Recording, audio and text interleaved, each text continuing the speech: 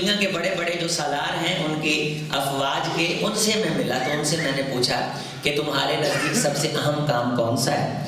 تو اکثر سالار مجھے یہ کہتے تھے کہ دنیا کی افواج ہمارے قبضے میں ہیں، لیکن ہم یہ چاہتے ہیں کہ ہم گفتگو کریں تو مجمع گفتگو کے ذریعے سے کنٹرول میں کر لیں۔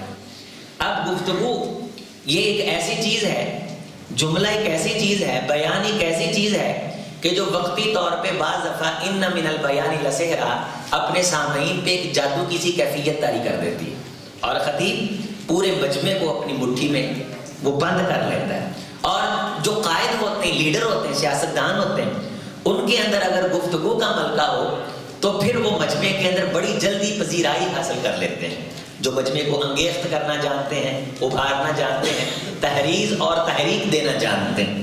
یہ عروہ ثقفی ایسا ہی شخص تھا جو خطیب تھا، اور خطابت عرب کے اندر چلتی تھی۔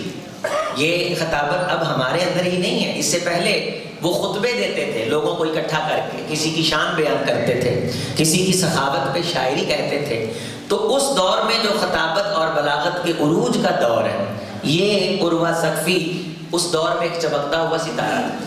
یہ صلح حدیبیہ کے موقع پہ قریش کی طرف سے سفیر بن کے رسول گرامی علیہ السلام کی خدمت میں جب آیا تو آپ علیہ السلام سے ملنے سے پہلے اس نے ایک منظر دیکھا۔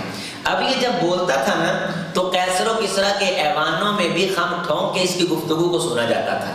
بڑی چاشنی تھی، بڑا ادب تھا اس کی گفتگو میں۔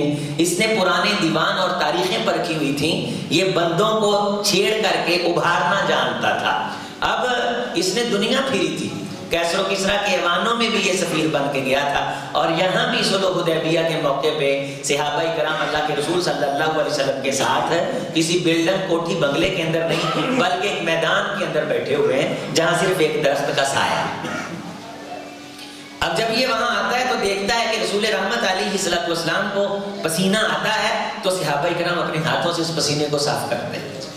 اسی دوران نماز کا وقت ہو جاتا ہے، رسالت مآب علیہ السلام نماز کی تیاری کے لیے پانی منگواتے ہیں، اور حضرت ابوبکر صدیق رضی اللہ تعالیٰ عنہ حضرت رسول اللہ صلی اللہ علیہ وسلم کے وضو کے اہتمام کے لیے ہمہ وقت تیاری رکھتے تھے۔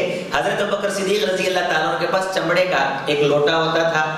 ہجرت کے موقع پہ بھی حضرت ابوبکر صدیق رضی اللہ تعالیٰ عنہ فرماتے ہیں کہ میں نے وہ لوٹا اپنے پاس رکھا تھا، اور جہاں کہیں سے مجھے محسوس ہوتا کہ پانی مل سکتا ہے میں پانی اس میں سٹاک کر لیتا تھا کہ کسی لمحے بھی اللہ کے رسول صلی اللہ علیہ وسلم کو وضو کی ضرورت پڑ سکتی۔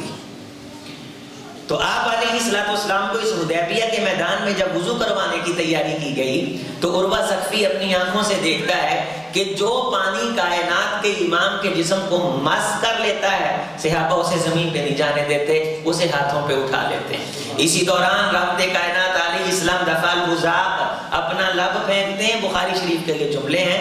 صحابہ کرام کونین کے امام کے لب کو بھی اپنے ہاتھوں پہ لیتے ہیں، وَدَالَ کا جبہہ وَوَجْهَهُ، کوئی اس لب کو اپنی جبین پہ مل لیتا ہے اور کوئی اس کو اپنے گالوں پہ مل لیتا ہے۔ عروہ ثقفی جب یہ محبت کا منظر دیکھتا ہے تو ایک جملہ وہاں کہتا ہے، مَا رَأَيْتُ فِي النَّاسِ أَحَدًا يُحِبُّ أَحَدًا كَحُبِّ أَصْحَابِ مُحَمَّدٍ۔ محمد میں نے کائنات کے زیر و بم دیکھے، عروج و اقبال دیکھے، میں نے زوال کی داستانیں اور بڑی بڑی سلطنتیں کرنے والی سپر پاوریں دیکھی ہیں، ہزاروں غلام رکھنے والے میں نے زمانے کے اپنے آپ کو بادشاہ کہلوانے والے دیکھے ہیں۔ میں قیصر روم کے دربار میں، کسریٰ ایران کے دربار میں پہنچا ہوں، لیکن اللہ کی قسم میری آنکھ نے محمد جیسا محبوب نہیں دیکھا۔ صحابہ